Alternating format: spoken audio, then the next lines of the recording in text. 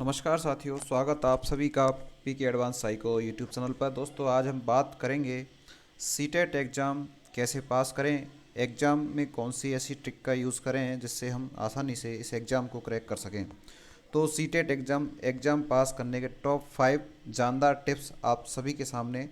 इन तरीक़ों को हम अपना कर निश्चित रूप से सीटेट एग्ज़ाम में आसानी से क्वालिफाई हो सकते हैं। दोस्तों, जानते हैं पहली नंबर ट्रिक के बारे में। सबसे पहले ट्रिक जानने से पहले हम ये देख लें कि हमें एग्ज़ाम देते समय किन किन चीज़ों का ध्यान रखना आवश्यक है। देखिए दोस्तों, कि क्या करें एग्ज़ाम जिससे एग्ज़ाम में टॉप कर जाएं। भाई, ऐसा हम क्या करें जिससे हम एग्ज़ाम में टॉप कर जाएं। और दूसरा है कि क्या ना करें एग्ज़ाम में जैसे एग्ज़ाम में फेल हो जाएं। अर्थात क्या तो हम करें जिससे एग्ज़ाम में पास हो जाएं, और क्या हम ऐसा कार्य नहीं करें जो एग्ज़ाम में हमें फेल करा दे। ऐसा कौन सा कार्य है, उन कार्यों की बात करेंगे दोस्तों। किन किन सावधानियों को हमें रखना है उनकी हम बात करेंगे।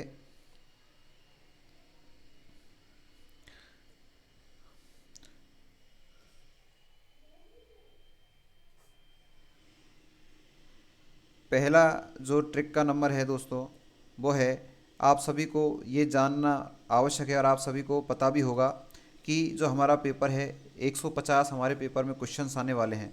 प्रश्नों की जो संख्या हमारे रहने वाली है वो 150 प्रश्न हमारे रहने वाले हैं। और उन प्रश्नों में 75 प्रश्न तो आपके सब्जेक्टिव नॉलेज के होंगे और 75 क्वेश्चन पेडागोजी के होंगे। अर्थात जो शिक्षण शास्त्र है उसका कितना अहम रोल रहने वाला है, ये मैं आपको बता देता हूँ।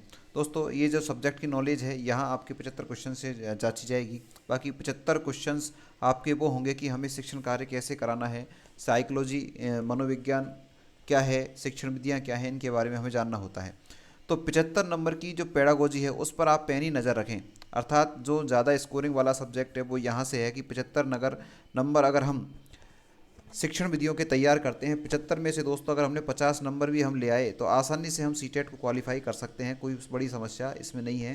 तो अधिकांश बच्चे इस विषय पर ज़्यादा विशेष गौर कर कर अध्ययन करते हैं, ज़्यादा समय भी देते हैं, लेकिन ये सामान्य है। विशेष क्या चीज़ है इसमें, ये 75 नंबर जो 75 क्वेश्चन आपके आएंगे पेडागोजी के, ये एक महत्वपूर्ण जो है आपका एक तरीका हो सकता है। अगर आपने इसको अच्छे से कर लिया, इसमें अगर आप 50 नंबर भी ले आए, 50 क्वेश्चन भी आपने कर दिए, तो निश्चित रूप से आपकी सीटेट को पास होने में कोई नहीं रोक सकता। और आप सभी को पता है कि जुलाई 2023 में जो संभावना जताई जा रही है कि आपकी एग्ज़ाम होने की पूरी पूरी संभावनाएँ हैं। देखिए बच्चा, अब ये जो प्रश्न है, ये जो शिक्षण विधियों के प्रश्न हैं, इनको हम कैसे करें, इन शिक्षण विधियों के प्रश्नों को हम कैसे करें, ये मैं आपको बता देता हूँ। कि बच्चा सर्वप्रथम बाद में अध्यापक, इसका मतलब क्या है कि आप जब एग्ज़ाम दें, आप जब एग्ज़ाम हॉल में हो, तो अपने आप को क्या समझना है, अपने आप को बच्चा समझना है। अपने आप को क्या समझना है, बच्चा समझना है। अर्थात सर्वप्रथम अपने आप को बच्चा समझना है, बाद में क्या समझना है, अध्यापक समझना है। अर्थात बच्चों से संबंधित जो प्रश्न आए उनमें आपको बच्चा समझना है, अध्यापक से संबंधित जो प्रश्न आए उनमें आपको टीचर्स के मुताबिक व्यवहार करना है, टीचर्स के अकॉर्डिंग आपको सोच रखनी है। जबकि अगर आप सभी को पता है कि हमारी जो न्यू पॉलिसी है उसमें शिक्षण विधियों के आधार पर, शिक्षण विधियों या कह दो, या फिर हमारा जो पूरा जो सिस्टम है उसमें जो केंद्रित करत किया गया है, केंद्रीकरण जो किया गया है वो बालकों पर किया गया है। तो ध्यान रखना, बच्चा आपसे सर्वप्रधान रहेगा, बच्चों के आधार पर ही आपको प्रश्न का आंसर बनाना है। हाँ, आपसे अगर स्पेशल शिक्षण के बारे में कहा जाए और अध्यापक को कोड करके पूछे आपसे, तो आपको अध्यापक बनकर ही उसके बारे में सोचना है और आंसर लगाना है। बच्चा लिया जाए तो आप बच गए। अर्थात आपने आपको क्या बना लिया, बच्चा बना लिया। बच्चे से मतलब कि जैसे मान लीजिए कोई प्रश्न आया, अब उस प्रश्न में आप सब उन ऑप्शंस को काट दीजिए जिसमें किसी और की प्रधानता हो, उन ऑप्शंस को काट दीजिए। आपको बचाना किसको है, बच्चे को बचाना है। आपको किसको बचाना है, बच्चे को बचाना है। अर्थात जो प्रश्न का जो मुख्य चीज़ है वो उसमें कौन निकल कर आना चाहिए, बालक निकल कर आना चाहिए। अगर आपके प्रश्न में बालक निकल कर आ रहा है तो निश्चित रूप से आपका प्रश्न का आंसर भी सही हो जाएगा। इसलिए आपको 3 वो ऑप्शंस काट देने हैं जिसमें कोई और निकल कर आया है प्रश्न का मीन का, लेकिन अगर उसमें बालक कोई निकल कर आ रहा है कोई ऑप्शंस में, तो वही वाला ऑप्शन आपका सही हो जाएगा। तो ये 75 नंबर जो 75 क्वेश्चन है, इनको हम आसानी से इस छोटी सी ट्रिक के माध्यम से याद रख सकते हैं। और कैसे कैसे प्रश्नों को, कठिन से कठिन प्रश्नों को इस सरलतम ट्रिक के माध्यम से हम निकाल सकते हैं। कहने का मतलब ये है, बालक को प्रधान रखना है, बालक को प्रश्न में बचाना है। अर्थात जो तात्पर्य निकलेगा वो बालक को आधार करके ही निकलेगा। तो बालक जिस ऑप्शंस में हो, बालक की महत्ता जिस ऑप्शंस में बताई जा रही हो, उस प्रश्न को आपको आंसर, उस ऑप्शंस को आपको क्या बनाना है, आंसर बनाना है। चलिए दोस्तों आगे की बात करते हैं। जो आपका अगला जो तरीका है, अगली जो ट्रिक है उसकी हम चर्चा कर लेते हैं। अगर आपको क्लास पसंद आ रही है, क्लास को लाइक जरूर करें, शेयर करें, चैनल को सब्सक्राइब करें ऐसी मज़ेदार ट्रिक जानने के लिए। दूसरा है नकारात्मक और सकारात्मक। ये दो चीज़ें बड़ी महत्वपूर्ण हैं सीटेट को पास करने के लिए। जहाँ पर भी आपको नकारात्मक जो ऑप्शंस है वो दिखे तो उसको आप तुरंत काट दीजिएगा, क्योंकि नकारात्मकता की कोई स्थान नहीं होती है। ना तो हमारे जीवन में कोई नकारात्मकता का स्थान है, ना हमारी एग्जाम में। हाँ, अगर आपसे पूछा ही नकारात्मक जाए एग्जाम में कि प्रश्न जो है 3 ऑप्शंस आपके सकारात्मक और 1 ऑप्शन नकारात्मक हो, तो उस समय आपका ऑप्शन कौन सा निकल जाएगा, नकारात्मक, क्योंकि आपसे पूछा जा रहा था कि उसमें कौन सा गलत है। जब तो आपको नकारात्मक निकालना है, नहीं तो इसके अलावा अन्यत्र सभी केसेज में, अन्यत्र सभी प्रश्नों में आपको जो प्रश्न का आंसर बचाना है वो कौन सा बचाना है, जो पॉजिटिव हो। जो पॉजिटिव हो ऐसे प्रश्न को, ऐसे ऑप्शंस को आपको उत्तर बनाना है जिसमें सकारात्मक विचार हो। ध्यान रखना 2 चीज़ें हमारी निकल कर आई है। एक तो जिसमें कौन निकल कर आ रहा है, बालक की प्रधानता निकल कर आ रही है, बालक की प्रधानता निकल कर आ रही है, वो आपको ऑप्शंस बनाना है। दूसरी ट्रिक में हमने देखा जो आंसर कैसा हो, सकारात्मक हो, जो कैसा हो ऑप्शन सकारात्मक हो, उस सकारात्मक वाले ऑप्शंस को हमें निकाल कर लाना है, वही प्रश्न आपका आंसर निश्चित रूप से निकलेगा। ये निर्धारण करता है प्रश्न की लैंग्वेज कर कि प्रश्न हमें किस तरह से पूछा जा रहा है। तो नंबर 2 ट्रिक सकारात्मक और नकारात्मक, जिसमें सकारात्मक को बचाना है। नकारात्मक हमसे पूछा जा रहा है तो 3 सकारात्मक होंगे, तीनों सकारात्मक को काट देना, नकारात्मक हमारा आंसर निकल जाएगा। चलिए दोस्तों आगे की ट्रिक की हम बात करते हैं। क्लास को लाइक शेयर सब्सक्राइब जरूर करते रहें ऐसे ही मज़ेदार सीटेट की रोचक जानकारी के लिए। तीसरा है बड़ा आंसर। दोस्तों ये हम एक तरीका देख रहे हैं, सामान्य रूप से इस तरह का जो पैटर्न है वो एग्जाम में आता है, उसी के आधार पर हम निकालने का प्रयास कर रहे हैं। दूसरा है बड़ा आंसर। बड़ा आंसर से मतलब है कि जिसकी जो लैंग्वेज है वो ज़्यादा बड़ी है, वो एक आपका आंसर हो सकता है। दूसरा पॉजिटिव आंसर, जो मैं भी आपको पिछली उसमें भी चर्चा कर चुका हूँ कि पॉजिटिव आंसर में आपको क्या याद रखना है। अगर आपसे सकारात्मक पूछा गया है तो सकारात्मक, नकारात्मक पूछा गया है तो नकारात्मक, अर्थात जिस ऑप्शंस का भाव कैसा नज़र आ रहा हो, आपको पॉजिटिव नज़र आ रहा हो, वही आपके प्रश्न का क्या होगा मित्रों, आंसर होगा। इसलिए पॉजिटिव आंसर को ही आपको अपना ऑप्शंस बनाना है, अर्थात 90% सटीक विश्लेषण किया जा रहा है। किसमें, जिसका ऑप्शंस बड़ा होगा उसमें क्या है, पूरी चीज़ को स्पष्ट करके दिया होगा और संभवतः 90% चांस भी बन जाते हैं कि जो बड़ा ऑप्शन है वही हमारा क्या होगा, आंसर होगा। तो आपको ध्यान रखना है कि जो बड़ा आंसर होगा वही हमारा क्या होगा, आंसर होगा। ये सारे प्रयोग हमें कब करने हैं दोस्तों, जब हमें लग रहा है कि यार हमें ये आंसर, इसका ऑप्शंस का, ये प्रश्न का आंसर नहीं पता। ऐसी स्थिति में ही हमें इन चीज़ों का प्रयोग करना है। अपितु तो अपने तर्क का बिल्कुल यूज करना है, अपने मस्तिष्क का यूज करना है। अगर आप पढ़कर जा रहे हैं तो इस तरह का आपको नहीं करना है। ये उन विद्यार्थियों के लिए जो तैयारी करके नहीं जा रहे हैं, और तैयारी करके जाएं तो कुछ प्रश्न एग्जाम में ऐसे भी आते हैं जहां हम कंफ्यूज जाते हैं कि इसका आंसर क्या करें। तो ऐसी स्थिति में ये जो तरीका है मैं आपको बता रहा हूँ कि आप क्योंकि आपको पता है कि इसमें नकारात्मक अंकन नहीं है, नेगेटिव मार्किंग इसमें नहीं है, प्रश्न सारे करने ही हैं, छोड़ने नहीं है। तो जिन प्रश्नों को हम कहते हैं कि तुक्का लगाना, तो तुक्का हम कैसे लगाएं वो मैंने आपको इस तरह से बनाने का प्रयास मैं आपको ऐसे वीडियो के माध्यम से कर रहा हूँ। चलिए तीसरे नंबर की बात कर ली है, चौथा नंबर हम देख लेते हैं कि किस तरह से हम चौथे नंबर की बात करते हैं। देखिए टैग वर्ड, कुछ टैग वर्ड प्रश्न में मिल जाते हैं।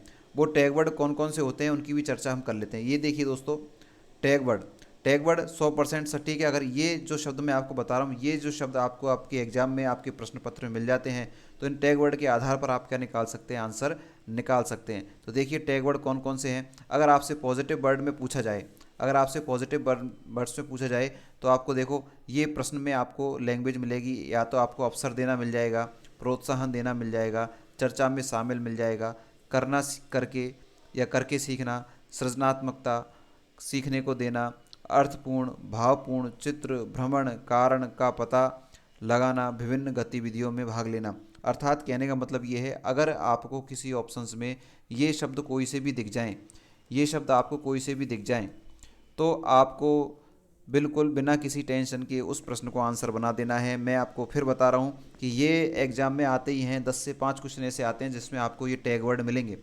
पॉजिटिव वर्ड्स में ये टैग वर्ड मिलेंगे, और नेगेटिव की मैं बात करूँ नेगेटिव की मैं बात करूं तो नेगेटिव में आपको ये टैग वर्ड आपको मिलेंगे, अर्थात नकारात्मक में आप नकारात्मकता में आप इन टैग वर्ड्स को देखिए, कठोर नियम, व्याकरण रटना। अगर ये चीज़ मिल जाती है तो आपको उन प्रश्नों का आंसर नहीं बनाना है। व्याख्या करना, वर्णन करना, दंड देना, केवल पीटना, प्रधानाचार्य से परामर्श त्रुटियों पर बल देना, कम नंबर देना, केवल मात्र एक ही चीज़ पर विशेष बल देना। अगर ये शब्द आपको किसी ऑप्शन से मिलते हैं तो उस ऑप्शन को आपको नहीं करना है, वो ऑप्शन गलत होगा। ध्यान रखना, दो तरह के बता रहा हूँ। पॉजिटिव वाले कीवर्ड अगर आपको दिखाई दे रहे हैं तो वो तो आपको प्रश्न का आंसर होगा। अगर नेगेटिव वाले कीवर्ड आपको दिखाई दे रहे हैं किसी ऑप्शन से तो उस ऑप्शन को आपको काट देना है, क्योंकि नेगेटिव वाली चीज़ तो कोई एग्जाम में आती नहीं है, मनोविज्ञान में आती ही नहीं है। तो आपको ध्यान रखना है, टैग वर्ड्स आप इनकी स्क्रीनशॉट अच्छे से ले लें। नेगेटिव अगर ये शब्द आएँ तो वो नेगेटिव होगा, अर्थात वो आपके प्रश्न का आंसर नहीं होगा। और जो पॉजिटिव मैंने अभी आपको बताए हैं, कौन कौन से बताए हैं, ये देखिए पॉजिटिव में, ये पॉजिटिव मैंने आपको बताएं। अगर ये आपको मिल जाए तो आप इसके स्क्रीनशॉट ले लें, और जो प्रश्न में आपको जो ऑप्शंस में मिल जाएंगे वो आपके प्रश्न का क्या बन जाएगा, आंसर बन जाएगा। तो इस तरीके से हम विभिन्न प्रकार की ट्रिक्स के माध्यम से सीटेट को पास करने का प्रयास करेंगे। और देखिए दोस्तों, और क्या होने वाला है,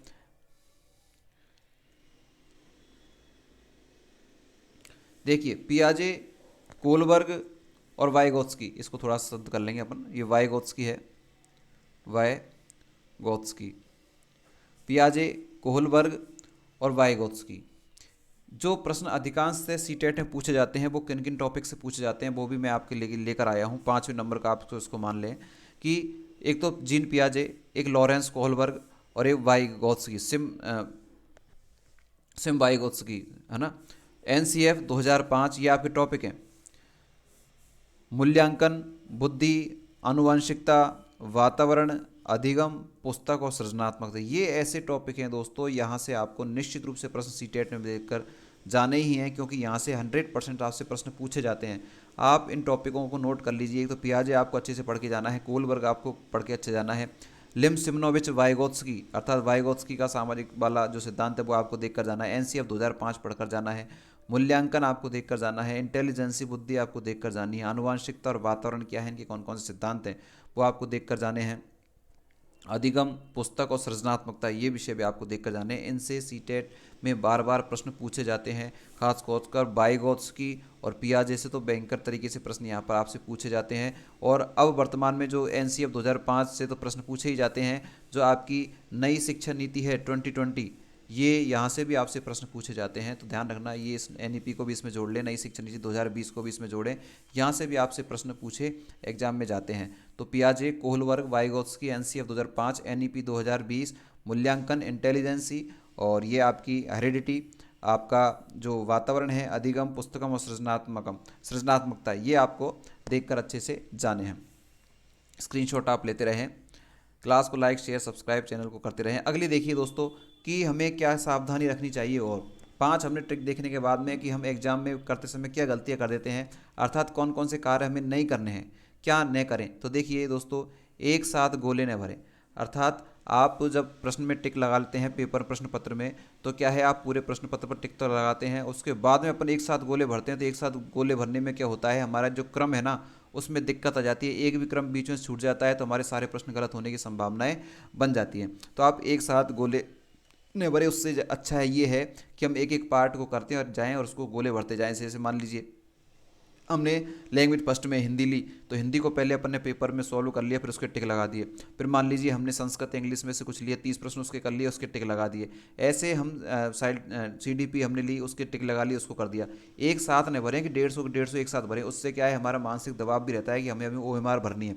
जबकि हम साथ के साथ करते जाएंगे 30-30 क्वेश्चन, उसके हिसाब से हम बढ़ते भी जाएंगे, तो हमारा जो मानसिक तनाव है वो भी हमें कम होगा कि हमारी OMR सीट भी साथ साथ चल रही है और प्रश्न भी हमारे साथ साथ चल रहे हैं। जबकि कई विद्यार्थी क्या करते हैं कि एक साथ भरने का प्रयास करते हैं, दबाव आ जाता है, अगर एक भी प्रश्न बीच में छूट जाता है तो उनकी पूरी सीरीज है वो गड़बड़ा जाती है। इसलिए ध्यान रखना, ये गलती बिल्कुल न करें कि एक साथ गोले न भरें। आप जिस जिस पार्ट को करते जा रहे हैं उसको गोले भरते जाएँ। पेपर को 2 राउंडों में करें, अर्थात पेपर को कितने राउंडों में करना है, 2 राउंड में। अर्थात फर्स्ट राउंड में आपको वो क्वेश्चन कर देने हैं जो आप पे बिल्कुल आसान से आपको लग रहे हैं, और जिनका आपको पता है, कॉन्फिडेंट है कि इसका आंसर तो यही है। जिन प्रश्नों में आपको लगता है कि हमने 2 ऑप्शंस काट दिए हैं और 2 ऑप्शंस बच रहे हैं, उनको आप थोड़ा सा टिक मार्क करके छोड़ दें कि इन पर हम बाद में देखेंगे। तो ऐसे संशयात्मक प्रश्न हैं, उनको कौन से राउंड में करें? सेकंड राउंड में करें। कौन से राउंड में करें? सेकंड राउंड में करें। फर्स्ट राउंड में तो आपको एक बार में जो क्वेश्चन आ रहा है डायरेक्ट आपको पता है कि इसका आंसर सही है, आप फर्स्ट राउंड में उनको कर दें। सेकंड राउंड में आप उन क्वेश्चंस को छोड़ें जिनको आपको लगता है थोड़ा सा इसमें सोचना है हमें, उन प्रश्नों को छोड़ दें और उसको कौन से राउंड में करें? सेकंड राउंड में उनको आप करें। और आपको बता दिया बड़ा आंसर, जब आपको कोई क्वेश्चन का आंसर पता ही नहीं कि इसमें क्या है, तुक्का ही लगाना है, तो जो ऑप्शन बड़ा है उसको आपको लगा देना है। ये एक सामान्य सी मैंने आपको थ्योरी बताई, तरीका बताया एक तरीके से हम सीटेट की एग्ज़ाम को कैसे पास कर सकते हैं। दोस्तों, आप इस क्लास को लाइक ज़रूर करें, शेयर अपने मित्रों को जरूर करें, और साथ में पेडागोजी और साइकोलॉजी को पढ़ने के लिए आप इस चैनल को सब्सक्राइब करके हमारे साथ जुड़ सकते हैं। अगली वीडियो में हम चर्चा करेंगे सीटेट की अगले चरण के बारे में। आप सभी ने क्लास को देखा, आप सभी का धन्यवाद। Thank you, bye bye.